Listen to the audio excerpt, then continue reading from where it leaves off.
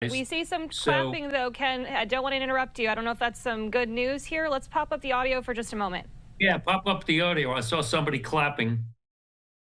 Words to the entire team in Intuitive Machines at Superbab and here in the Mission Control. What an astounding effort! I know this was a nail biter, but we are on the surface and we are transmitting. And welcome to the moon. Houston, Odysseus has found his new home. An excellent call, and this is our team of Intuitive Machines mechanics and their families, their friends, everyone who has sacrificed so much to make it this far. Stations.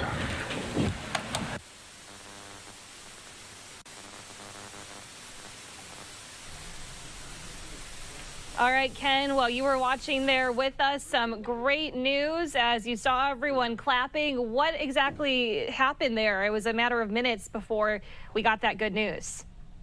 Well, as we said, there's a little bit of communications issues. That there was some chatter that they were getting a signal back from the moon, but that had to all be confirmed. So it looks like it has landed. They're clapping. They're getting a signal from the moon, and so hopefully soon we'll get pictures.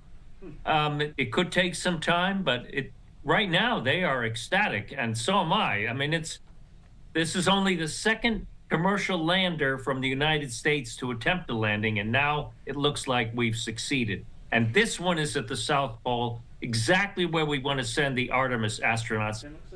This is one of the landing zones, and so now it has about a 7-day mission. And then it goes into lunar night. It's not expected to survive that. But I expect we'll be getting a lot more information very soon. And this real exciting, I met these students from Embry-Riddle here, and, they have this Eagle Cam experiment deployed, a little CubeSat deployed about 30 meters above the surface, and it's looking back to take a selfie. Okay, the first third-person image of a landing of any place in the whole solar system from a human system. So, we should get that pretty soon. I was speaking with the students. They're hopeful if it worked, they would get, data within, maybe a few moments or minutes, or certainly within an hour or so. But it all depends on communication, and it all depends on how that CubeSat was deployed. And it's rotating, and hopefully the camera is pictured towards the lander. So we'll just have to wait and see. But preliminarily, this is real exciting. And Intuitive Machines has at least 3 missions with NASA. Okay, there's like about a dozen of these CLIPS missions, these commercial lunar lander payload missions that NASA has set contracts with the various companies. So if this worked, that's really exciting, because it means Intuitive Machines can go ahead with their second mission, and that's going to have a little tiny rover on it, kind of like the size of the cell phone, maybe. It looks extremely small, but that would be deployed along with some NASA payloads. So the future looks bright. Artemis doesn't completely depend on the success of these commercial missions, but if they work, it will be extremely helpful. And another thing that's on here is a laser retroreflector. So that is beaming back. When you point a laser towards this spacecraft landing site, it'll beam back.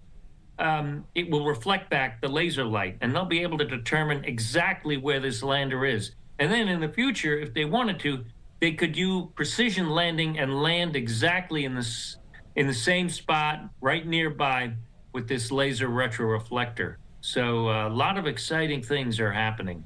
And, we need more information, but right now it looks really great. And I was there with the students. I was there at the launch, and, I'm a scientist. And if we can get that to work and we can find that water, we can live off the moon, because we have hydrogen and oxygen, we have air to breathe, water to drink, and rocket fuel. So it'll make it much cheaper to send our astronauts in the future to go to the moon. And we're going to stay, not just to plant a flag. We're going to stay. And the Chinese are hot on our heels. So we really need to succeed. And hopefully the Congress will support NASA. President Biden's doing a great job supporting NASA. The Congress has to come through with funding. So hopefully that will work. Your order was delivered to the moon. Yeah, there it is from NASA. Absolutely Fantastic. incredible, Ken. Yeah, I was going to say NASA just put this out that your order was delivered to the moon. So much excitement, landing at 6:23 Eastern and bringing NASA science to the moon's surface. And Ken, I want to leave you with this. It's been 52 years since this last happened. Why did it take so long? And now to see it finally happen again. I mean, you could just sense the excitement in your own voice, seeing the cheers erupt inside of the room there of the NASA broadcast. What does this mean for the future if we just had to sum it up here at the end?